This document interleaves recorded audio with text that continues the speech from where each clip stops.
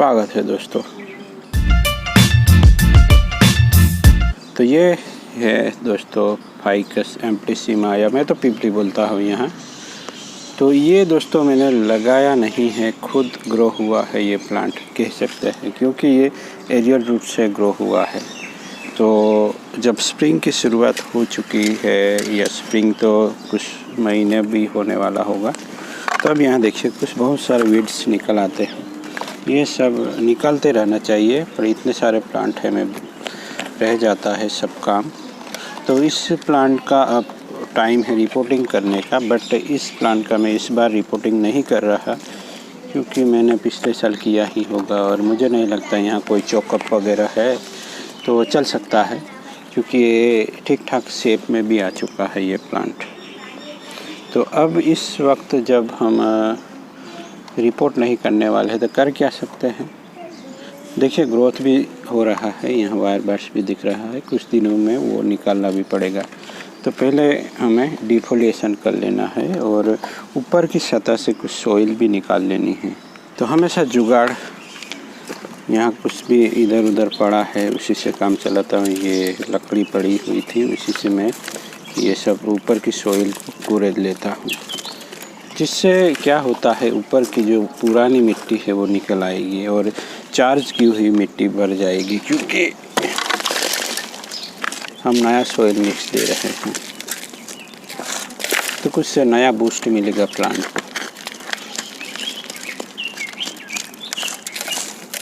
और एक सीज़न आती है रिपोर्टिंग की, गुजरते मानसून के साथ, तब हम इस प्लांट का रिपोर्टिंग कर सकते हैं। अगर आपने स्प्रिंग में नहीं किया है तो वो भी अच्छी सीज़न है दोस्तों। तब स्प्रिंग के बाद जो भी ग्रोथ होता है तो रूट में भी ग्रोथ होता है, तो वो सब ग्रोथ हम हटा के फिर से नया प्लांट की तरह ये हम रिपोर्टिंग कर सकते हैं तब, मेरे ख्याल से। तो ये वीड्स निकाल देने हैं।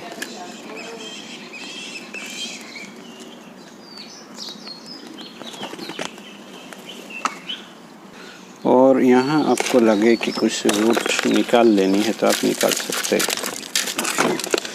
ये देखिए मैं दिखाता हूँ, देखिए ये है मेन रूट यानी प्राइमरी, और ये दो है सेकेंडरी। अब प्लांट को हमें सेकेंडरी रूट पे लाना है, तो इस स्टेज पे आप ये काम कर सकते हैं, यहाँ से प्लांट की रूट काट सकते हैं।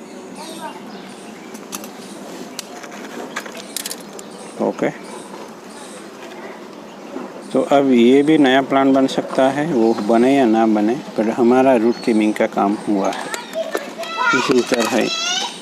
और अगर सही में रिपोर्टिंग नहीं करना है तो आप इसको इस तरह से डिफोलिएशन कर लीजिए। अब डिफोलिएशन के बाद कुछ उजागर होगा तो क्या होगा आपको भी पता है, अनवांटेड ब्रांच। तो यहाँ देखिए एक अनवांटेड ब्रांच दिख रही है, यहाँ देखिए ये दोनों में तीनों में से दो ही रखनी है, तो हम बीच वाली ही उड़ा देते हैं, जिससे हमें एक ब्रांचिंग मिल जाए।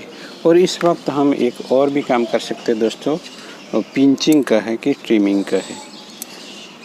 2 या 4 इंटरनोट के बाद हम इस तरह से पिंच कर सकते हैं, जिससे ये बवाल मचाने को तैयार है नए सीजन में, क्योंकि हम उसको खाद दे रहे हैं साथ में, नया सोइल मिक्स टॉप में, और गौशाला से लाया हुआ एक वर्मी कंपोस्ट। तो देखते हैं कितना बवाल मचा पाएगा ये प्लांट सीजन में। तो प्लेसमेंट तो की हुई है ब्रांचों की, प्लांट में है, अब केवल रेमिफिकेशन बाकी है और कुछ रूट ट्रेनिंग अगले साल जब हम रिपोर्ट करेंगे या गुजरते मानसून के साथ, तब हम उसकी रूट ट्रिमिंग भी कर लेंगे। तो चलिए मैं सोइल मिक्स दे देता हूँ। चलिए पहले गौशाला वाला थोड़ा जो वर्मी कंपोस्ट है वो डाल देता हूँ। यहाँ उस वक्त ध्यान रहे दोस्तों, कोई भी लीफ या कुछ भी बाकी ना बचे अंदर, जो हमने ट्रिमिंग किया उसका कोई लीफ या पार्ट, बाकी सब ठीक है।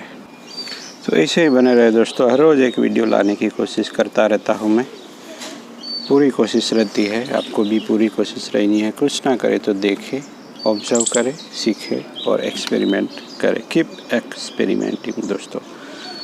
मिलते हैं नए टॉपिक के साथ। Thank you for watching.